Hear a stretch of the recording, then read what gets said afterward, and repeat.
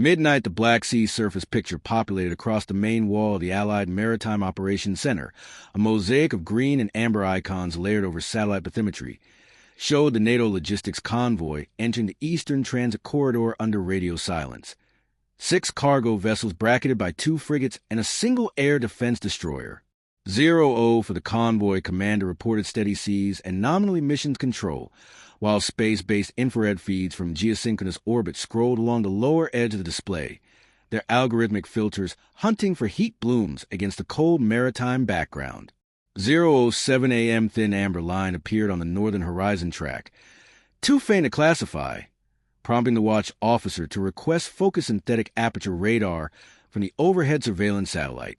012 the radar sweep resolved 3 fast-moving contacts, lifting from a coastal airfield beyond the Crimean littoral, their vector converging on the convoy's projected path.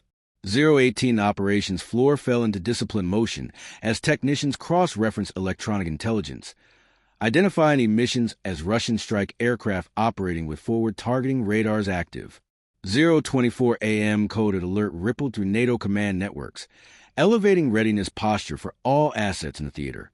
030 the convoy's destroyer activated its phase array radar in low probability of intercept mode, painting the airspace without broadcasting a clear signature, while the frigates adjusted formation to widen their missile engagement envelopes. 036 a.m. Russian surface search radar spike registered briefly, suggesting a coastal battery or a patrol vessel had acquired the convoy's silhouette. 041 the command chronicle logged a change in threat level as satellite feeds showed the 3 aircraft splitting into a wide attack formation, consistent with anti-ship strike doctrine. 047 secure voice channels carried the terse exchange between NATO air controllers and a pair of airborne fighters already patrolling the region, ordering them to turn toward the incoming tracks. 053 the first electronic warfare pulse from the Russian side swept the spectrum, an attempt to degrade NATO sensors, but the convoy's hardened systems maintained lock. 058 infrared sensors flared as one of the Russian aircraft climbed sharply, a maneuver associated with missile release preparation. 102 the Allied Command Center captured every data point, analysts projecting impact cones and calculating intercept windows as the clock continued its relentless march toward contact, marking the moment when surveillance gave way to imminent confrontation. 105 the NATO air defense destroyer transmitted a quiet readiness code across the convoy, its vertical launch cells primed as radar correlation fused satellite and shipborne tracks into a single threat picture.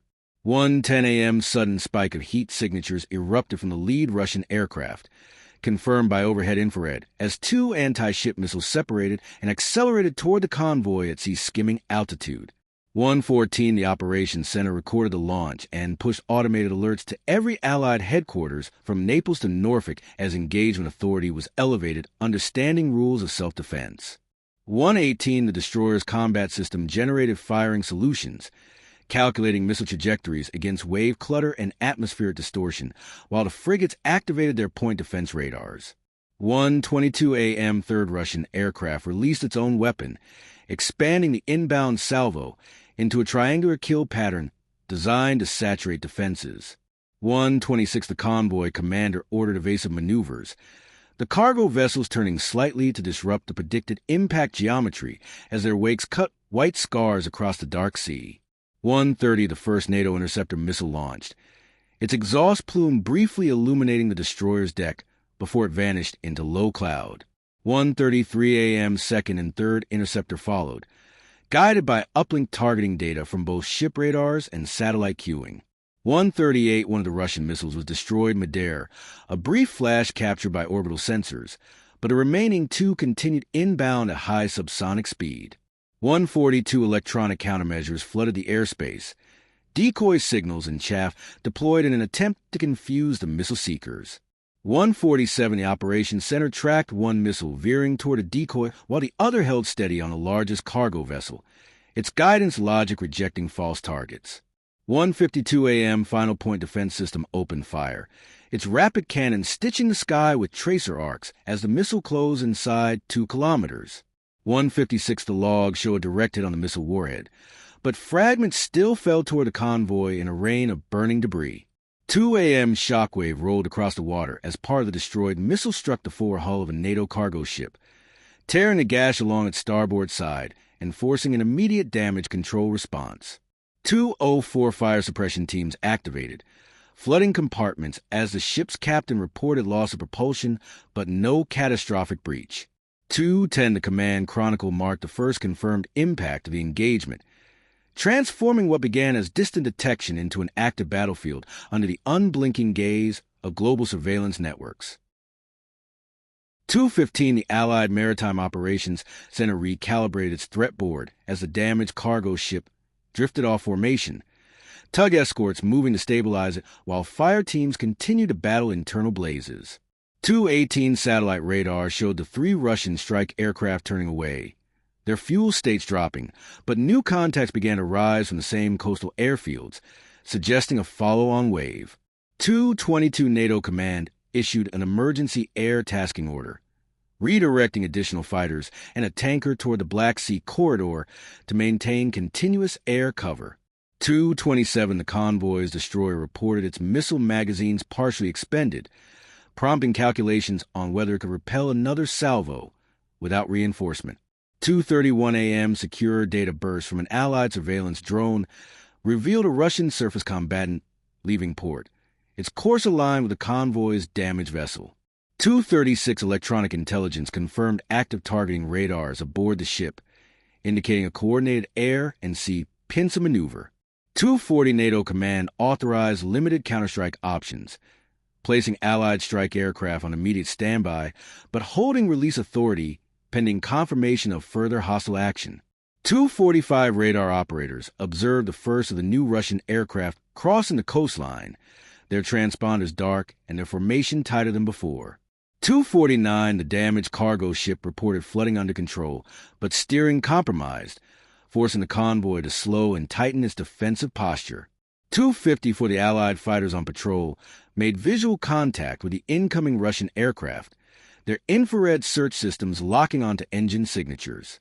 2:58 command logs show a tense exchange as pilots requested permission to engage before missile launch, citing clear hostile intent based on approach vectors.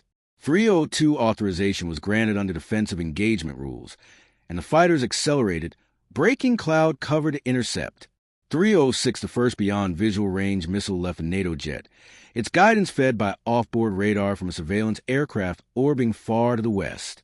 3:10 one Russian aircraft attempted evasive maneuvers, deploying flares and electronic jamming, but the missile continued to close.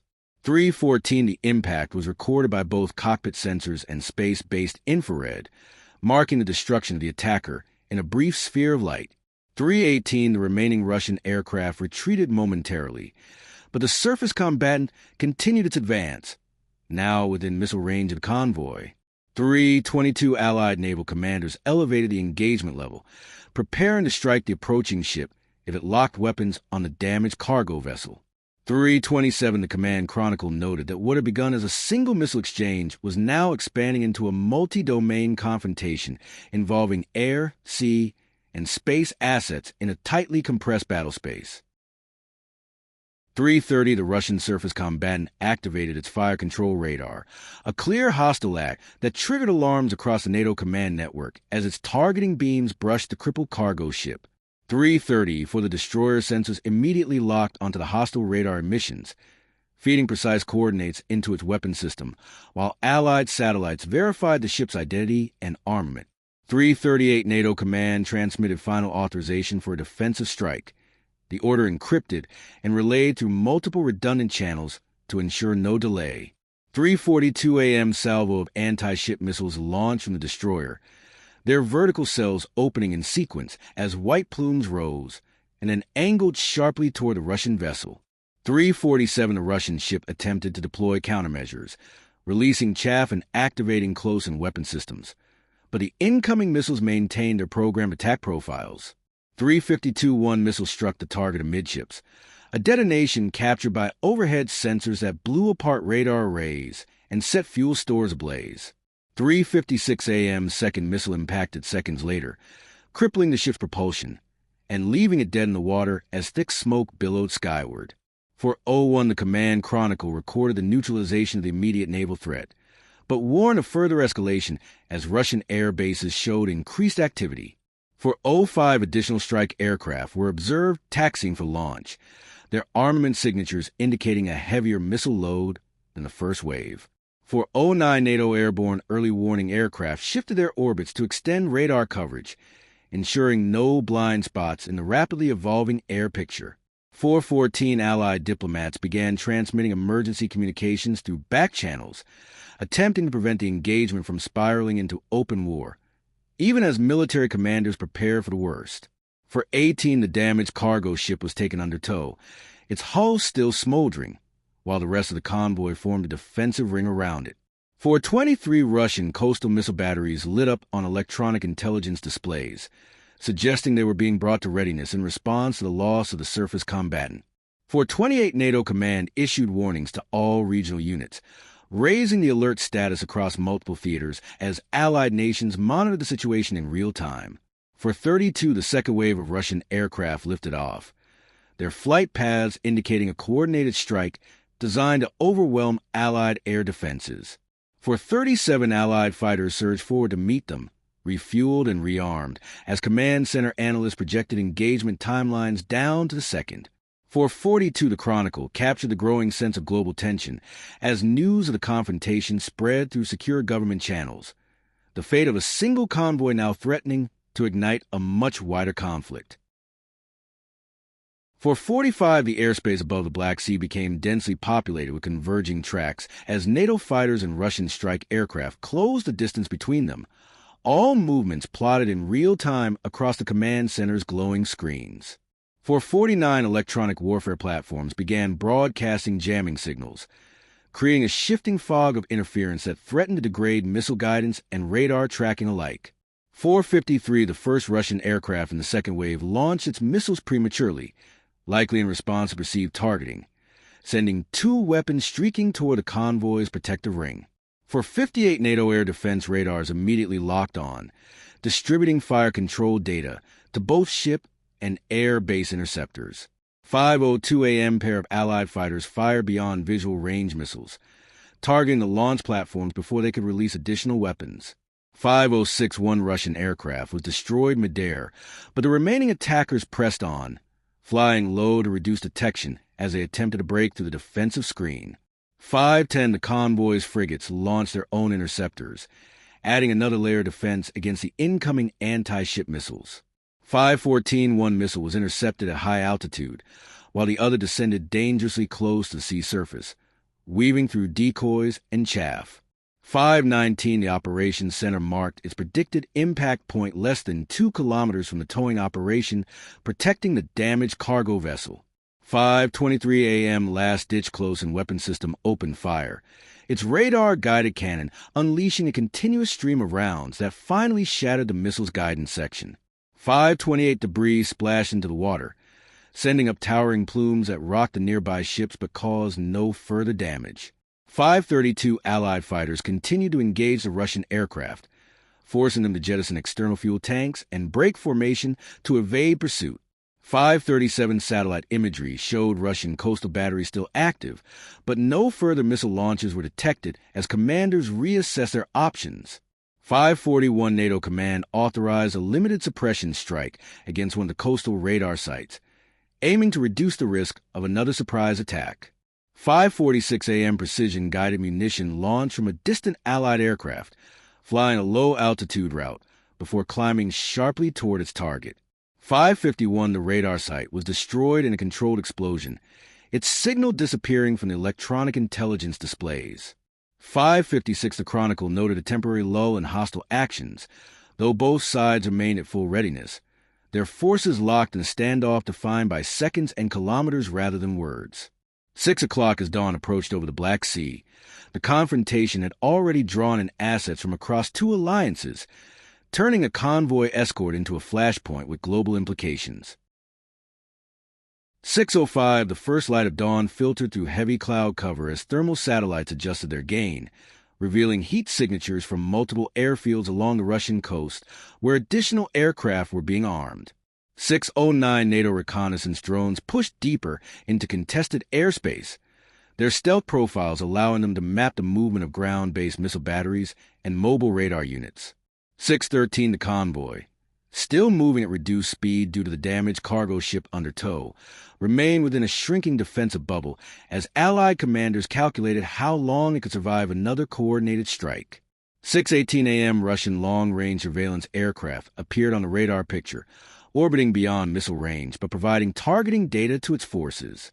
6:22 NATO air controllers ordered a pair of fighters to approach the surveillance aircraft, testing its response and forcing it to adjust its orbit. 6:27 Russian naval units beyond the horizon activated their radars, briefly illuminating the convoy before shutting down again, a probing action designed to keep NATO on edge. 6:31 the command chronicle logged a spike in cyber activity as hostile network intrusions attempted to disrupt Allied logistics and communication systems, though most were blocked by hardened firewalls. 6:36 a.m. new Russian bomber group lifted off, their size and flight profile suggesting the potential use of heavier standoff weapons rather than direct attack. 6:41 NATO headquarters in Europe elevated its readiness level, placing rapid response forces on alert as political leaders convened emergency sessions behind closed doors. 6:45 Allied tanker aircraft repositioned to sustain continuous fighter coverage, their refueling tracks forming invisible highways in the sky above the Black Sea. 6:51 of the reconnaissance drones transmitted high-resolution imagery of mobile missile launchers dispersing along the coastline, confirming that Russia was preparing for a prolonged engagement.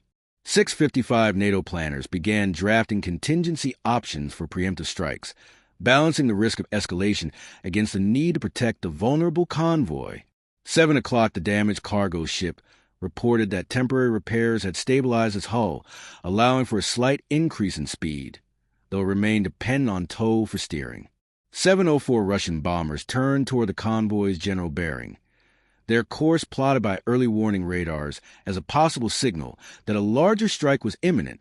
7:09 the command chronicle reflected a growing urgency as both sides maneuvered not only their forces but their political leverage, the conflict now poised to extend far beyond the original engagement if one more missile were to fly. 7:12 the Russian bomber group crossed a designated warning line, triggering automatic alerts across NATO command systems as their altitude and speed profiles matched known standoff missile delivery tactics. 7:16 Allied airborne early warning aircraft refined their tracking, painting each bomber with precision while feeding data to interceptor squadrons standing by at multiple bases. 7:20 the convoy's destroyer adjusted its course slightly to keep its most powerful radar arrays oriented toward the threat axis, ensuring maximum detection range for any incoming weapons.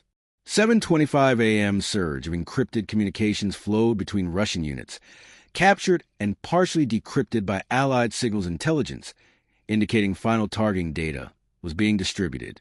7:29 NATO Command issued a warning broadcast on emergency military frequencies, instructing Russian aircraft to alter course or risk engagement, though no acknowledgement was received. 7:33 the first standoff missile separated from a Russian bomber, its long-range profile visible on radar as it climbed before descending toward the convoy. 7:38 multiple additional missiles followed, creating a layered salvo designed to arrive from different vectors within seconds of each other. 7:42 the command center screens filled with red threat markers as automated systems prioritize intercept sequences based on predicted impact points. 7:47 NATO fighters launched interceptors at the bombers, attempting to reduce the number of missiles in flight before they could reach terminal phase. 7:51 one bomber was destroyed, but not before releasing its full payload, adding to the growing cloud of inbound weapons. 7:55 the convoy's air defense systems engaged at maximum capacity, launching wave after wave of interceptors, while electronic warfare units attempted to blind the missile seekers. 8 o'clock one missile broke through the outer defensive ring, flying so low that it momentarily vanished beneath radar coverage before reappearing within lethal range. 8:04 a.m. frigate's close-in weapon system destroyed it in a spray of fragments, but the proximity detonation caused minor damage to the ship's sensors. 8:09 another missile struck the water just short of the damaged cargo vessel, its explosion sending a shockwave that further compromised the already weakened hull. 813 damage control teams reported flooding in additional compartments, forcing a renewed effort to keep the ship afloat. 818 the Chronicle recorded that the battle had now reached a critical phase, with both sides expending significant portions of their available munitions and neither willing to disengage as the global audience of intelligence agencies watched every second unfold. 822 the operational tempo surged as radar plots showed the surviving Russian bombers turning away, but their launch missiles continued inbound, now in terminal guidance as they skimmed the sea surface at high speed. 826 NATO air defense algorithms reprioritized targets in milliseconds, assigning interceptors to the most lethal trajectories, while command staff monitored the thinning inventory of defensive missiles. 831 one of the convoy's frigates reported a malfunction in its primary radar, likely caused by the earlier near-miss, forced it to rely on shared sensor data from the destroyer and airborne platforms.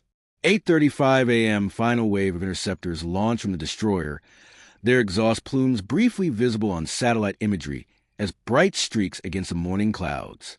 842 incoming missiles were destroyed, but a third slipped through, its seeker locking onto the largest intact cargo vessel.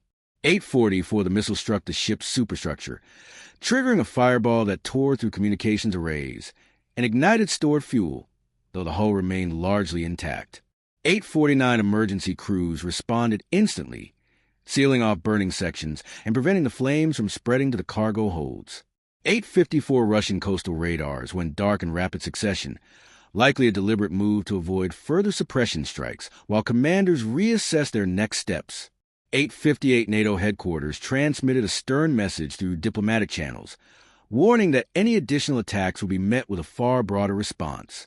902 the damaged cargo vessel undertow began to list slightly, its compromised hull struggling against the cumulative stress of earlier impacts and shock waves. 907 Allied engineering teams aboard the ship improvised reinforcement measures, pumping out water and shoring up bulkheads to keep it afloat long enough to reach safe waters. 912 satellite feeds showed Russian naval units holding position beyond the horizon, neither advancing nor retreating, as if awaiting further orders. 916 the Command Chronicle captured a rare moment of relative quiet, broken only by the steady hum of radar sweeps and the crackle of damage control reports. 921 political leaders across multiple capitals remained in emergency session, their decisions now tightly bound to the next movement of forces on a digital map. 925 the confrontation had reached a fragile equilibrium, every side aware that one miscalculation in the coming minutes could push the crisis from contained conflict into a far more devastating war.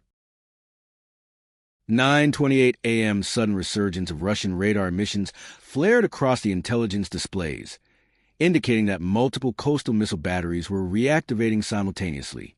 9:32 NATO analysts interpreted the pattern as preparation for a coordinated strike, possibly intended to overwhelm the already strained convoy defenses in a final attempt to force a decisive outcome.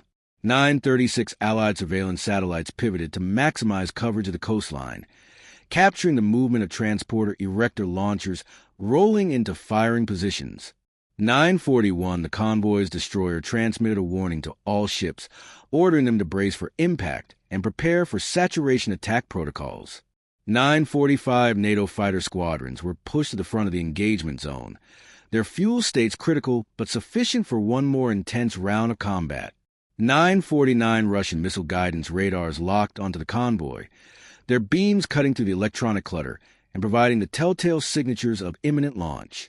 9:53 the first salvo erupted from the coastline, dozens of missiles lifting into sky in a staggered pattern designed to arrive in waves. 9:58 Allied interceptors launched in rapid sequence, their guidance network stretched to the limit as they attempted to counter every inbound track. 10:02 several missiles were destroyed in midair, but the sheer volume of the attack ensured that some continued toward their targets. 10:06 one missile struck the already damaged cargo vessel, this time below the waterline, opening a massive breach that caused rapid flooding. 10:11 the ship's captain reported loss of buoyancy control as compartments filled faster than pumps could handle. 10:15 nearby NATO ships moved in to rescue crew members, even as defensive systems continued to engage the remaining missiles. 10:19, another missile impacted a frigate, disabling its propulsion and knocking it out of fight in a plume of smoke and fire. 10:24, the Command Chronicle recorded the highest level of combat intensity yet, with multiple Allied vessels damaged and Russian missile inventories still not fully depleted. 10:28, global intelligence agencies flagged the situation as approaching a point of no return, their assessments warning that continued escalation could trigger direct involvement from additional powers. 10:32, as smoke and debris drifted across the sea, the world watched a single convoy become a fulcrum on which peace and war now balanced. 10:35, the remaining Russian missile batteries fired their final coordinated volley, a smaller but still lethal wave that arced over Black Sea as NATO defenses scrambled to intercept with whatever munitions remained. 10:39, Allied fighters, nearly out of missiles, closed in to use their guns against any weapons that slipped through, an extreme measure rarely seen in modern naval warfare. 10:43, 2 incoming missiles were destroyed by interceptor fire, but a third detonated near the sinking cargo vessel, accelerating its inevitable descent beneath the waves. 10:48, rescue teams worked under constant threat, pulling sailors from the water as smoke and burning debris drifted across the surface. 10:52, the damaged frigate was stabilized by its crew, though it remained dead in the water, its radar and weapon systems offline as tugs moved in to assist. 10:57, Russian radar emissions abruptly ceased across the coastline, a signal that the missile batteries had exhausted their ready stocks or received orders to stand down. 11:01, NATO command detected no further launches, and interceptors were finally ordered to hold fire unless a new threat emerged. 11:06, Allied diplomats confirmed through emergency channels that a ceasefire was being discussed at the highest levels, the cost of continued fighting now painfully clear to both sides. 11:10, the convoy's surviving ships regrouped, forming a protective perimeter around the damaged vessels and rescue operations. 11:14, satellite imagery showed Russian bombers returning to base, their weapons bays empty, while naval units beyond the horizon maintained their distance. 11:19, the Command Chronicle logged the sinking of the stricken cargo ship, its loss a stark testament to ferocity of the engagement. 11:23, with no new hostile act detected, NATO forces gradually reduced their alert posture, though every sensor remained trained on potential threats. 11:28, the world's capitals received synchronized briefings, detailing how close the confrontation had come to igniting a much wider war. 11:32, as the Black Sea fell into an uneasy calm, the digital record of every missile, every order, and every life affected was archived in secure systems, marking the end of one of the most dangerous hours in modern military history.